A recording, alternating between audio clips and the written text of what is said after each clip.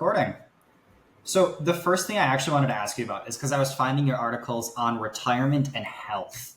Why don't Sure. you summarize your opinions on that and what you believe to be Yeah, it's going been a on? while since I've really, that was some of my dissertation and early career Mhm. research.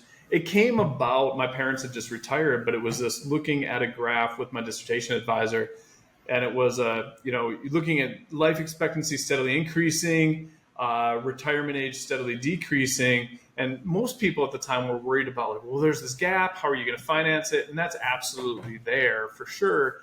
But I just looked at it and like, well, what if the lower retirement age is causing part of the higher life expectancy? And so, I mean, some of my research we found some links that there was some positive effects. The difficulty is, as a data analytics student, you'd appreciate this to some extent. It's basically looking at regression techniques to step back and isolate what truly was retirement versus being able to back out the people who were retired because they were sick, right? And Yeah. so there was that. No, it wasn't spurious. There was a real correlation between poor health and retirement, but it was the driver. It wasn't retirement that was causing that poor health. It Yeah. was just the fact that it was a correlate. But I do Yeah. like, and I look at it as, and it gets, I think, to the modern workforce and the kind of changing work-life balance. We've seen, I think, different generations hopefully move a little bit more to that direction, and frankly, your generation getting punished for it a little bit in terms of the press about like, I think misperceptions that people aren't willing to work or or you don't have that same work ethic, but it may just be that you're not willing to sell your soul for a job, which is probably pretty healthy. Yeah. Yeah. I definitely agree. I know with especially like kids my age with college, I think part of it is just the fact that they're in college right now. And I wonder how much of it is people were lazy, they just didn't show that they were lazy when they were younger, kind of thing. Like, you have to kind of work into it, acclimate to like the workforce. Yeah, I think there may be something there too. I mean, I'm never one of these people who wants to look at, oh, this new generation's got all these issues. I'm pretty sure generationally there's always been those challenges, right? It's just you put a different label on it every time, I think. Yeah, I definitely agree with that. What are your thoughts on? I've always heard like it's roughly 12 cigars a day is the equivalent of loneliness in retirement. What are your thoughts on that? So, Like, do you think sorry, I loneliness missed could the be a question. predictor? So loneliness, Oh, sure. I've always heard that being lonely is the equivalent of like 12 cigars a day in Gotcha. retirement and health. So do you think that's a problem in retirement, or what do you think's going on there? Well, that was a big thing with it. It wasn't just there's retirement got a bad name for driving poor health, mostly because again sick people retired. Basically it was especially oftentimes in typically white blue collar workers and men predominantly, they retired. Mostly they were unable to work right anymore. Mhm. Like the body had physically declined, and either because perhaps they were a member of a union or they were able to plug into the disability system differently or had other resources, they were able to retire essentially into disability payments. So there's some of that where it's, poor health driving it. But the other bit is how you retire matters.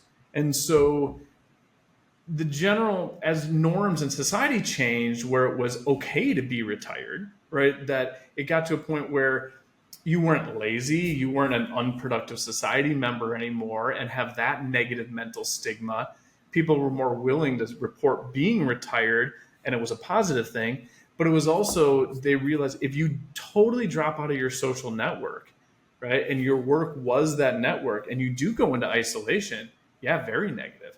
But if you stayed plugged in through volunteering or better pre-retirement counseling almost and planning for what is that post-retirement world going to look like for you, you can get around it. But absolutely, that social connection was one of the reasons why people cited, staying in work. Yeah, absolutely. I know. He's kind of like on the plan part. I was just reading a John Hopkins article, and just to quote them word for word was, experts believe a lack of purpose and social connection in retirement could be a trigger for physical and mental health issues. And they just said the good news: people who plan their retirement are less likely to feel depressed or have difficulty adjusting to the new stage of life. So it does seem like that lack of social connection is a driving issue in retirement. I know I was looking at studies, and two of the things that really came up, not shockingly, in health were age and smoking. Would you say that there are any other major like correlative factors there that For were health causal? at older ages. Yeah, I mean, poverty's one, right? I mean, that's a big one in terms of resources. But again, I do think that social isolation is a really key factor. And I'd bring it back to sort of what we saw, some of the negative effects coming out of the COVID generation and transition issues for, I mean, younger people where they were, and even I guess not just COVID, but also that was a big event that caused it, but also the social media type of and greater electronic connectivity with younger individuals and even older, where you're talking to people more, communicating with people more, but not necessarily the same quality of connection. And that feeling of isolation, even though in theory everything's more public than it used to be. And so that element has really been shown to be a very negative, as particularly on mental health, that isolation factor and not preparing people to stay engaged or teaching, especially like young students coming through. And that's what I think part of what we try to do with the Century School is get our students engaged with networking, through all of the events with each other with our first year experience program, because that personal connection is so important. And coming out of COVID, it was just that much more, right? You had a generation where their formative years in their late teens, where you practice these skills mostly, you didn't have an opportunity to do that.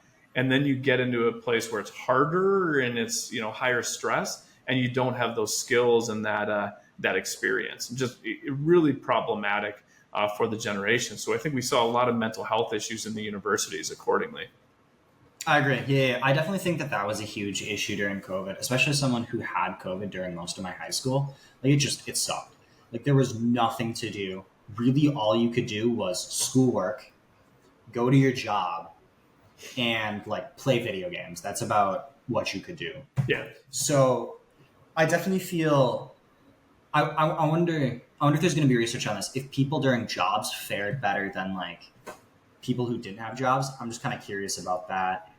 Just because, especially with hearing the retirement, it seems like there's a disconnect after you lose a job. And if that was the only thing you could do during COVID, how much of that is linked Yeah, between social skills? I think it's really interesting. The COVID bit, you wonder, I mean, you talk about frontline workers and the stresses they faced, but there are different types of jobs too, right? I know for some people, I had heard, and again, anecdotally, that was an outlet for people to be able to go, and if they were fortunate enough, even if they did get ill, that it wasn't, they didn't have, incredibly severe consequences necessarily. And then, kind of the healthcare workers and things where it was a, pretty crazy situation. But it would be an interesting topic, I think. Sort of that kind of forced engagement to some extent. A little bit more of a negative consequence, but yeah, it's part of it.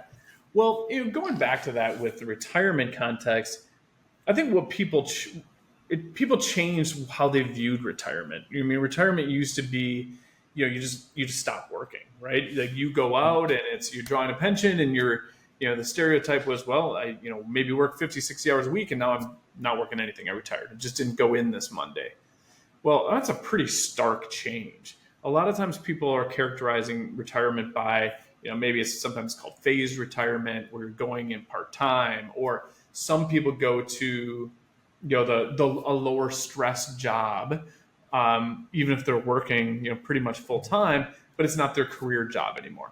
So they self-report being retired because they've stepped back from, what they've been doing for a number of years to something that maybe they just enjoyed, or even 35 to 40 hours of volunteering a week, but it was, it's not the career occupation. So that idea that people needed to stay busy became a lot more entrenched. And then I think some of the negative press, deservedly so in some ways, for, that really stark, you fall off a cliff idea of retirement where you go from everything to nothing really, really quickly with no plan. I think greater perceptions of that, prepared people better for it. It seems like a really big definitional problem. Like, how do you define retirement Oh, for a lot of people? honestly, looking at it from a researcher and from a data perspective, I think you'd appreciate this, right? It was so many, just that simple question about, yeah, how do you define it? And when I was doing my research, we did it and we played with a number of different definitions. I mean, some were one definition that came out in this longitudinal survey that I used. It's put out by the University of Michigan, and it's called the Health and Retirement Study. And it's a longitudinal study that's been going on since 1992, and they put it out every 2 years, so you could track people for a long period of time. And so I would track them over these transitions, and I'd know their initial health status and everything, social demographic type thing. And then you track them over the actual transition, the same individuals, and then you'd see the health changes. But right, what was the event? And so one of them was a self-reported. It was just a subjective, are you retired? And again, all of those things that I just talked about when do I report being retired? Well, it varied. How did I consider it? We did some scaling with, then just looked at work hours. We're like, well, it doesn't really matter if you actually call yourself retired, but if you were working 22, 23, 2,400 hours a year, and now you're working, say, less than 1,000, maybe you retired, right? And we played with some different, ideas there. And then the one we used was sort of a self-reported plus a significant reduction in work hours.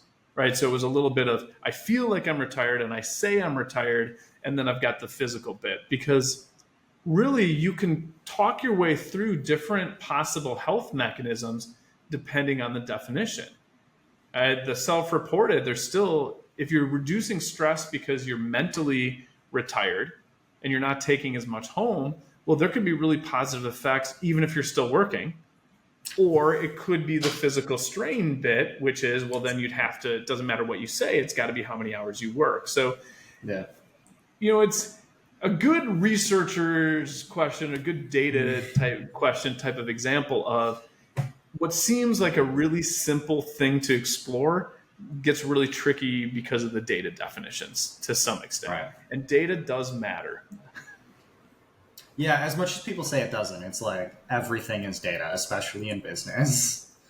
Well, and it's interpretation and perception, right? What does the data mean, right? And is the data valid, right? I think most people, I know in the data analytics major, the first thing they say is, I didn't realize how much of this was going to be data prep. I'm like, oh yeah.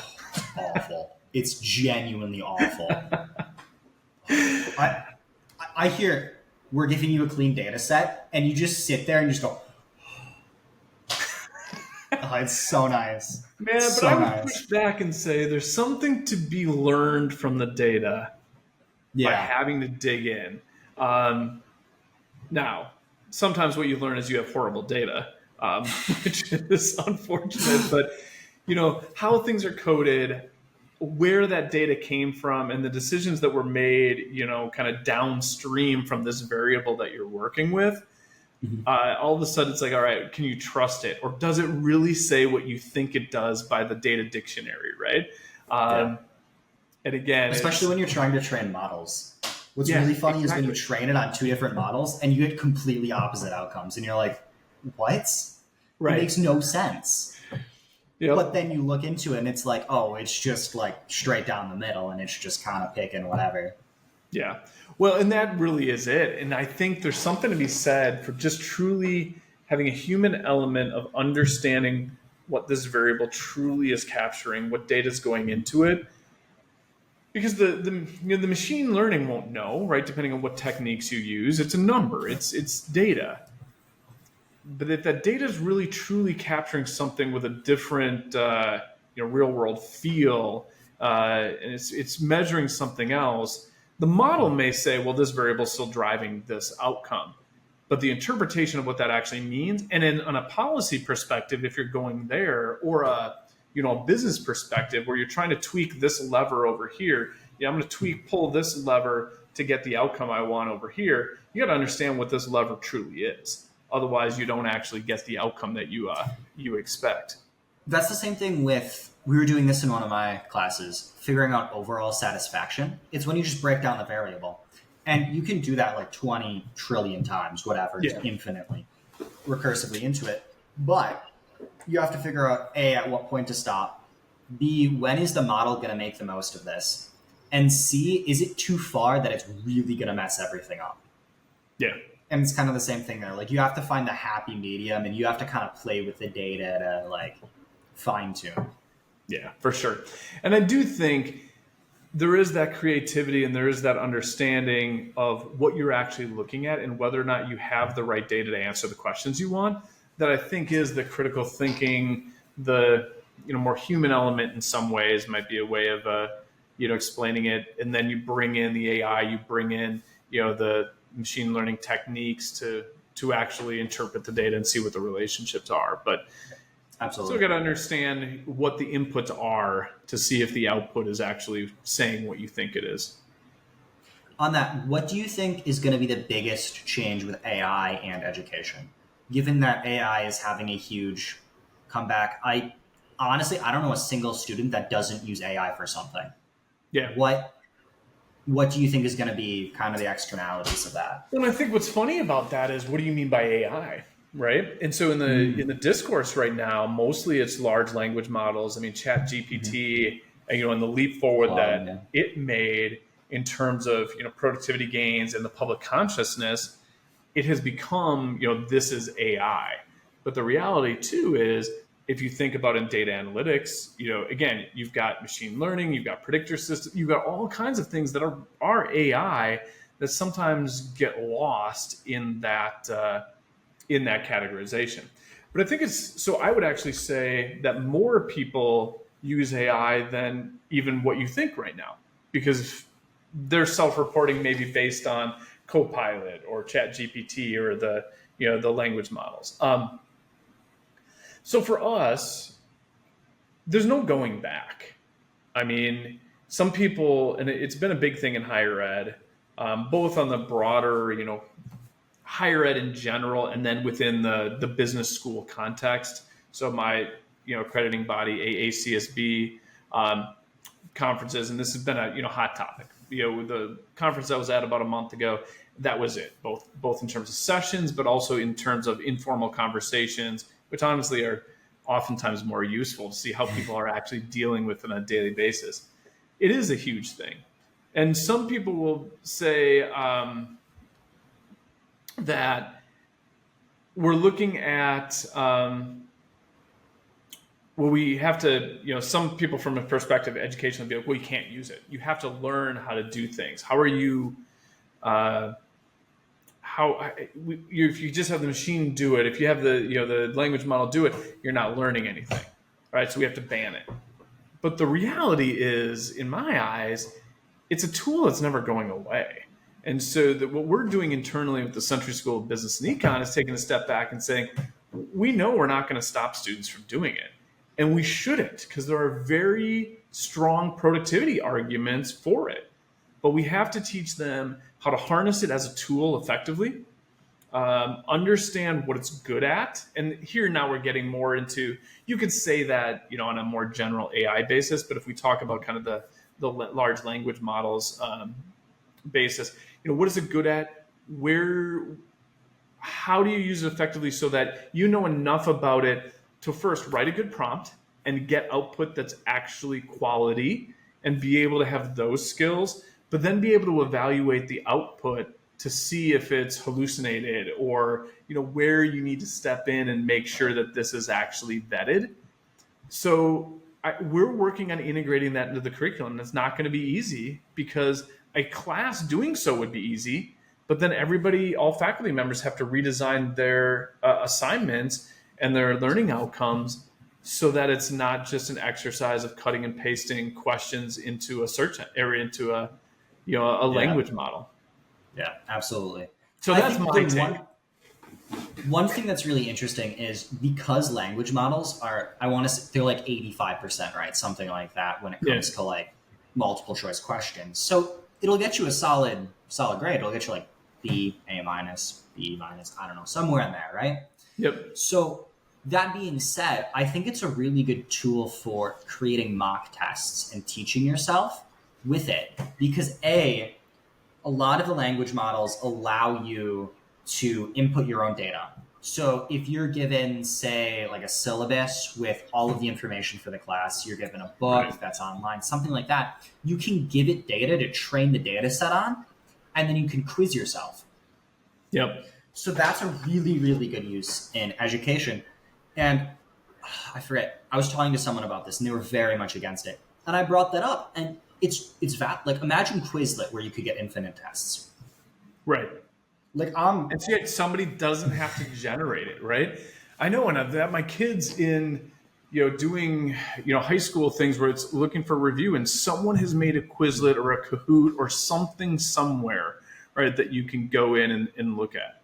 So related to this, I had also heard a lot of, I don't say a lot, but I've heard of classes who are using, large language models and bots that are created off of them to simulate personal interaction in an asynchronous online course, right? Where it's real-time interaction where you can have chat rooms, but it's asynchronous. So I'm putting in here and then I've got to wait for my team member to respond at some other time.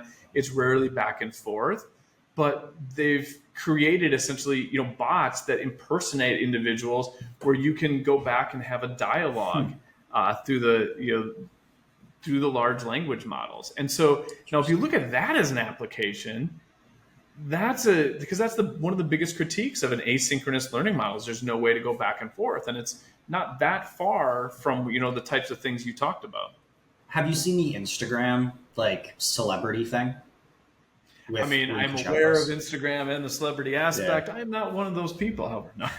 Okay, so Instagram recently hit up a bunch of celebrities Okay. and said, hey, can we look at a ton? I think it was like text or something. Anyways, they got data on the celebrities.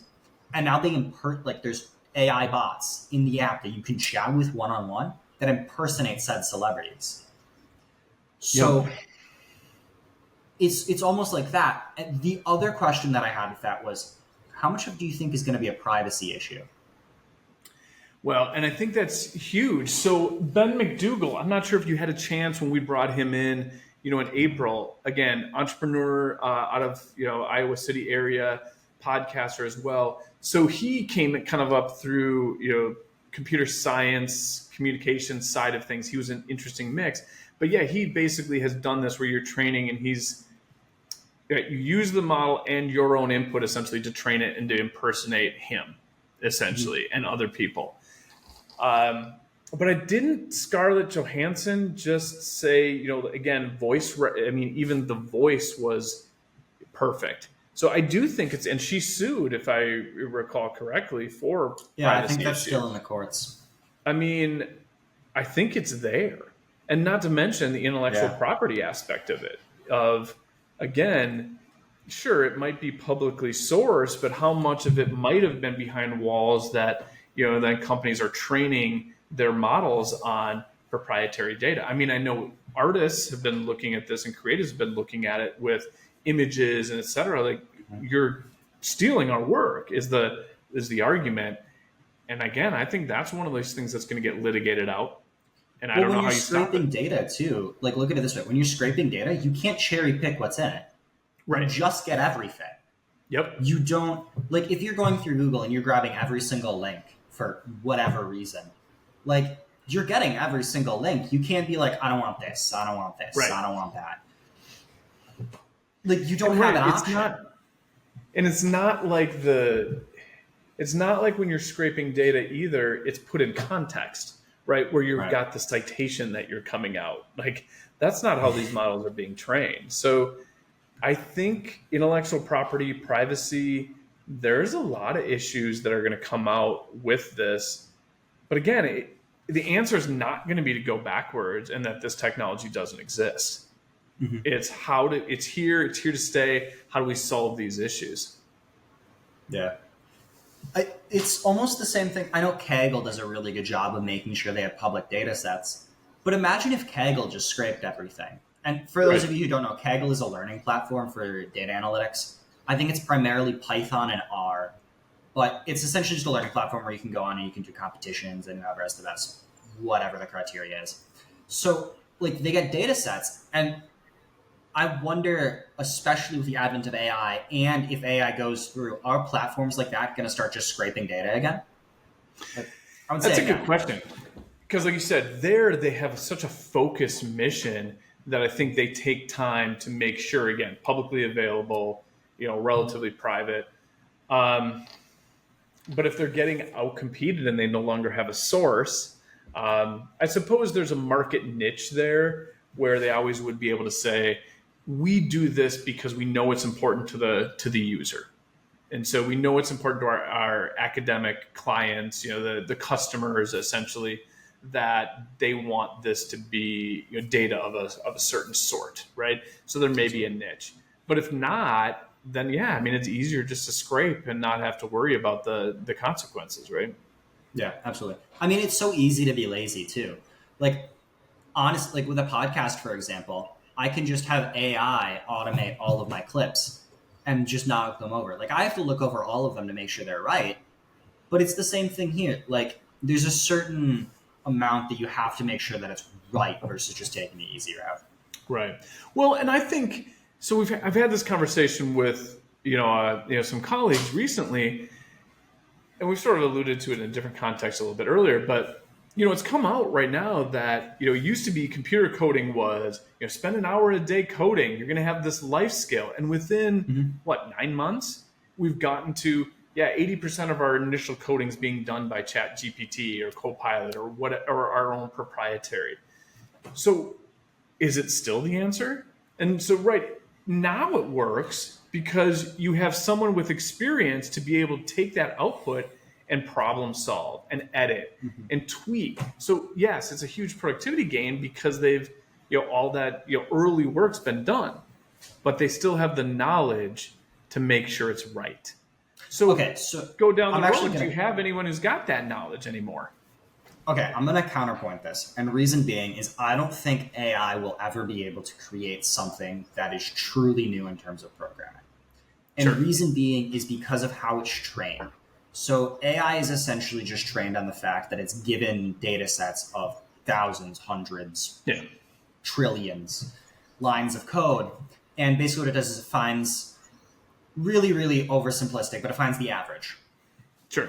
So it finds what the average is given the inputs. And so what you're essentially doing is you're creating something that's already been created. That's where you run into the intellectual property issue because everything's already been created. It's just what's open source that we can create with what's already created. Right.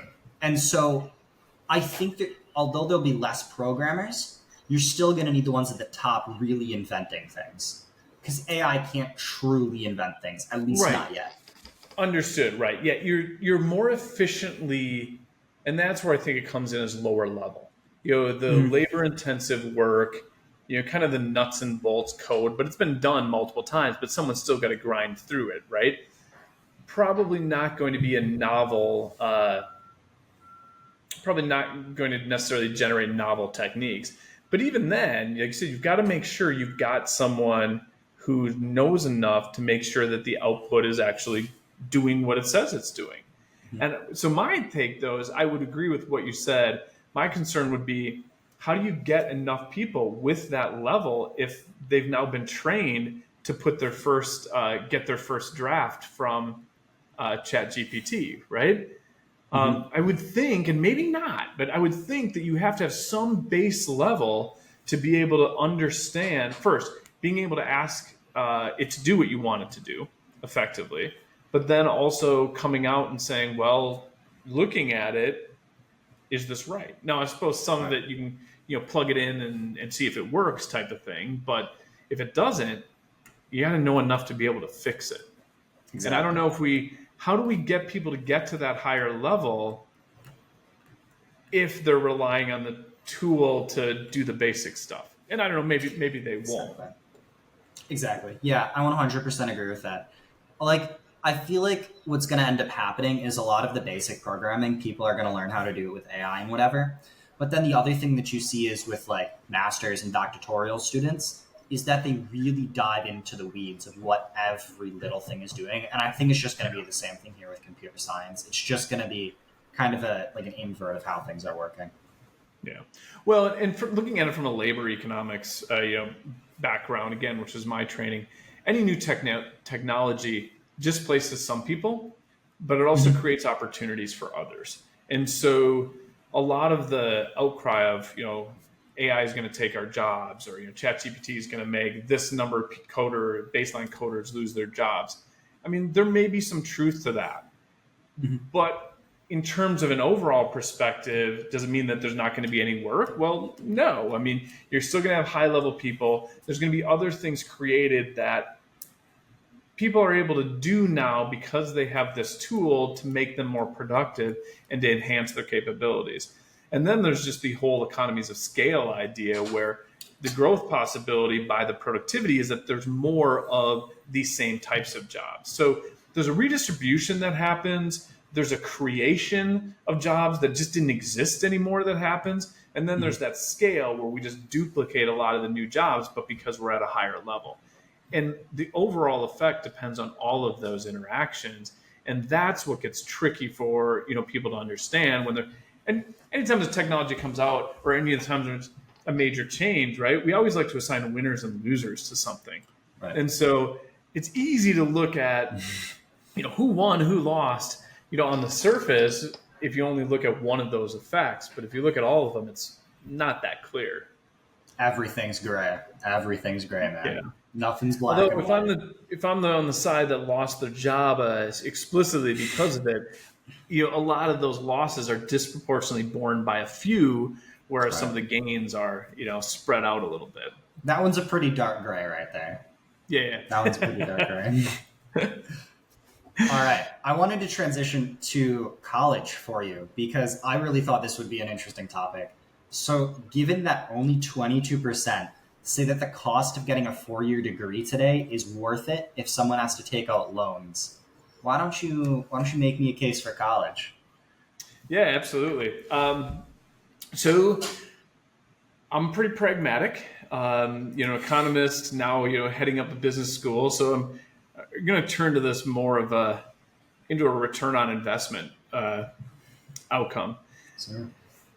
I think the world has changed where, as the supply of college educated, individuals has gone up, just having a college degree of any type might not be as just, across the board, clear cut beneficial as it used to be. So, I mean, you've got some supply issues there, but then you also have, on the demand side, if employers are realizing that, their needs have grown to a point where it's not just general skills that you might get from any college degree that make an employee more effective, but specific things in specific areas, well, then there's more people coming out and there's less demand for certain areas. Yeah, it's a bad outcome for, some graduates. Now, I do think that if done well, all degrees, a high level of critical thinking, the general education, the well-rounded knowledge, and seeing how things interplay, if done well and the student engages with it, it's really hard to quantify the positive effects on that individual's productivity in the outlook. Right. But if we're talking about pure dollars and cents, I think the level of debt and the choice of where to go to school and for what has to play a factor. I mean, if you're going in and you're incurring, 6 figures of debt and you're coming out with, even the best education, but in a field where the market's only going to compensate you $40,000 a year, it's going to be really hard to pay off that debt, let alone survive, right? Mm-hmm. And then you get to a point of, all right, well, was it the major or was it where you got the major? And so I think it's that dollars and cents. It's a little bit of a choice. So, I mean, I think it makes the argument more for really the public good of education and getting back to, states being able to finance and setting aside resources because it expands the labor force of the population. It makes education more accessible to everybody. Right? And now I'm not saying that all, public colleges are all, ours included, are cheap by any means, but in a relative sense, they tend to be a little bit cheaper. It's definitely going to vary, especially like which state you're in, where you are, Yeah. because a it's going to be proportional to income, because income is essentially higher or lower depending on where you are. So is the cost of living. So it's all going to vary based on that as well. And one thing that I saw with a lot of my classmates is they chose to go out of state. So they're unintentionally accruing more, if they're taking out loans, more debt, and all they're doing is going out of state. Maybe it's for a better education. Yes, okay. But is that increase in cost going to come back later because of where your degree is? Or are you better off staying in state? Now, I can Right. confidently say that that would be the case if you went to like Harvard or Stanford. But if you went to like the University of like Utah, like, is that really going to help you as much as you think it is? I mean, and I think again, that gets into that. And there's some intangibles too, right? There's that network Mhm. effect. You mentioned Harvard. Yeah. Yeah. Harvard, MIT. Yeah. Yeah. You're plugging into a network that alongside the degree, there's, substantial benefits. There's cachet of having that degree. Um, and it depends. I mean, Yeah. I hate to say it, but that's a very typical economist answer.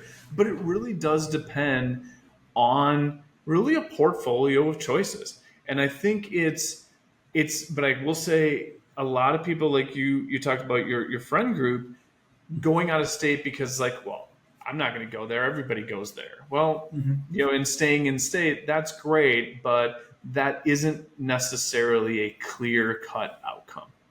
Um, I I'm kind of that. I think it's really funny when people are like, I want to be different. And it's like, why do you want to be different? Think this through. People are the way they are because of specific reasons. And you wanting to break out of the box, you better have a damn good reason to break out of the box.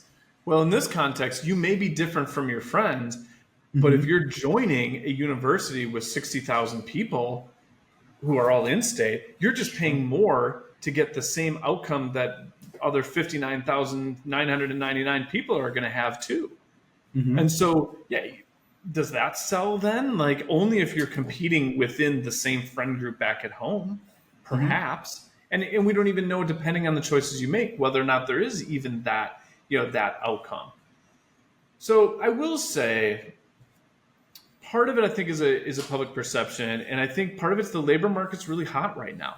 Right? You Mm-hmm. can go out. You can get a job, particularly in the trades, particularly with lower levels of education, formal education.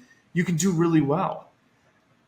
I would when I hear these statistics, I take it two ways, and there are some concrete things that I think higher ed has done and needs to do. So we'll come back to that. I don't want to leave that, but I do think too. And you get these anecdotes like so and so did this, no education. Either look at the company they built or look at Mm-hmm. them doing this in this trade and they make this amount of money.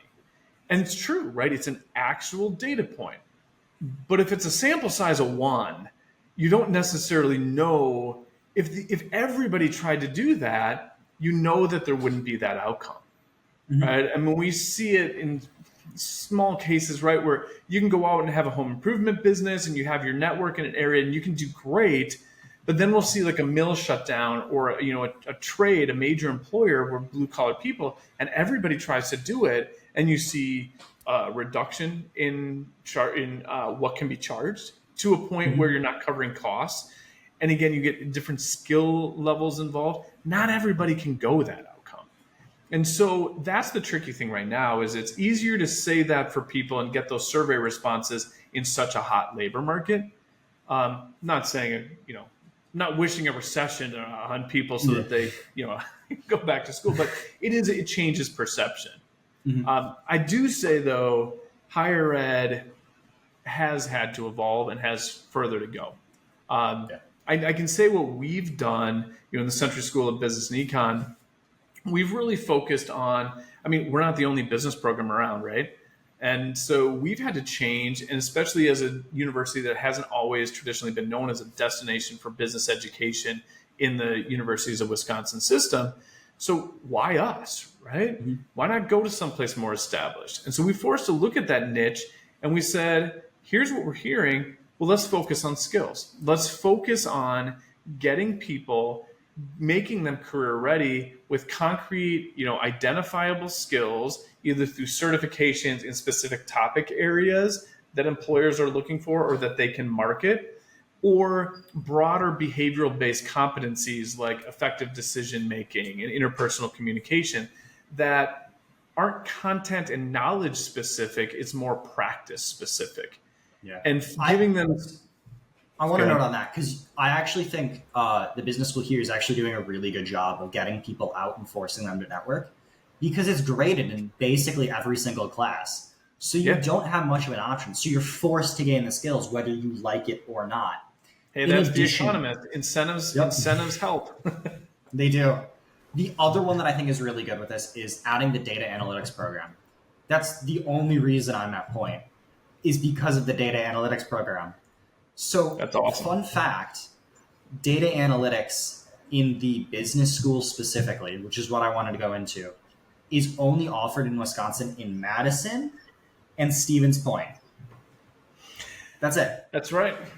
And it's so you wanted the data analytics side of it. What if it had been Mm-hmm. the funny thing is it's really a spectrum, right? If you look Mm-hmm. at the data topics from a data science on more of the quantitative, modeling aspect over to business analytics, which tends to be a little bit lighter in terms of rigor. It's more of application based. Our Mm-hmm. data analytics program on that spectrum is much closer to the data science side. So if Yep. we changed it if we had been come up in your searches as a data science program, would that have turned you away? Honest, actually, no. And Okay, here's kind of why. So, I come from a very computer science background. I was born and sure, raised on computers, essentially. So, I wasn't as worried about getting that sciencey part. I cared more about the fact that it was in the business school because then I could take more business classes than I would and anything else. yeah, absolutely. So, so I wanted that business background in addition to the computer science background because by the time I graduated high school, I could effectively have an associate's in computer science just because during COVID, they just outsourced all of the computer science stuff to the Sure, tech schools. Ironically, dual how enrollment. yeah, like I was not going to complain. And so I had that. So I wanted to do something that would add to it instead of something Gotcha. that would build on top of it as much Sure, because I was already experimenting with it. So I gotcha. was building that skill set anyways. Yeah. Well, and I think you're right. Data analytics is a classic major for us where it's we the application of the concepts is so important for us as a school, and it really is our niche and how we differentiate. So Mhm. yes, we teach you to know things. There is a content base, but we also teach you to know what to do with them. And I think Mhm. that second side of it, the knowing what to do with the content and knowing how to perform on the job, that's really where we've doubled down, with our, professional events program, with requiring and guaranteeing a 3 credit internship that for everybody who comes through. Again, you talk about all these opportunities, the corporate partners program where we're bringing people into the classroom. We force that interaction because we know it's going to be so valuable for people. Right. And so that's, I think, where universities have started to shift in that direction. Some programs more so than others, some universities more so than others. And I think one thing I think we will see, and we're already starting to see it, you'll see a hollowing out of universities, I think, or definitely a clear tiering system, right? Mhm. Like you mentioned Harvard. Harvard's going to be there. Harvard, Mhm. no matter what they charge, no matter what they do, they've got that, they're going to be there. I don't know about Harvard. Did you see the stuff that came out like 4 months ago? Well, I know everybody's having presidential issues right now. That's for sure. Yeah, yeah. Theirs was really really bad. Apparently, is what I Yeah, heard. it's interesting the level of academic integrity that has risen to high, high Yeah. positions sometimes with plagiarism, and everybody's right now navigating. protests and sort of the culture wars type thing is extremely difficult. But I mean, anyway, the point, you've got these top tier institutions who are there, whoever they are, right? And then you've got some who are a little bit more expensive, perhaps, that don't quite have that reputational factor where they can trade solely on their name. And they might not have an alumni base or an endowment necessarily that is able to fund declines in enrollment. I think That's there's a definitely group that's under a lot of pressure right now. I think part of it is that they're very niched down. Yeah. So let's look at Purdue, for example. Purdue, if you're not in like AI, any sort of like data science-y, computer science thing, you don't know who they are. Not a clue. But if you're in that field, they're one of the beacons, right? It pretty much goes like Purdue is lower down, but then like on the top tiers like MIT and Carnegie. Mm-hmm. So then you have like this, it's like secondary school for your specific niche. Yeah. Well, and they at least have, they have enough presence within Indiana. You have enough, identification there, and you have I hate to say it, but you have the athletic catch too. It's amazing how you see some of these smaller schools make a run in the NCAA basketball tournament, or in football, in documented enrollment boosts. Florida Gulf Coast from a few years ago saw the boost. Valparaiso University, in the mid '90s had a crazy run, and all of a sudden it was this, raising recognition of it, and so it's funny to see that. But it does get into the fact that it's so difficult into the recruiting world, because we, I think, as doctorates and academics and administrators think, well, people are going to choose the best academic program, students now. Wow. Well, sort of, but they also need to have it's a place that they feel good. It's a place that feels right to them, a place that they want to live. And that's not just all like, we want to go to Hawaii or we want to be in Southern California. It's a different feel for different people, but there's so much of that. Like, I want to be part of this. And sometimes I think, there's a non-trivial chunk that finds an academic program to justify that choice that's being really truly made for other reasons. It's all branding. It's association. What do you associate with the university and what do you associate with you? Yeah. Boom. Whatever aligns best. I'll tell you what. I don't have any more questions. So I think this is a good spot. Where can people find you? Do you want to plug the university? Do you want to plug you? What's up here? Yeah, absolutely. So, again, I'm Kevin Neuman, I'm head of the Century School of Business and Economics at UW Stevens Point. So, met Andrew literally the first day, I think, that you were, or a second day maybe, that you were on campus at our first year experience program. And it's just, where we're bringing in our first new students. We had just a social event to try to get people connected, and was really excited. And so I have to say, give a shout out to you about it's amazing, the talent and the experience that you brought in. And I think your first question was, hey, great to meet you. Do you know anyone who can help me with setting up 1099s for employees? That is not the first question we typically get from people coming in.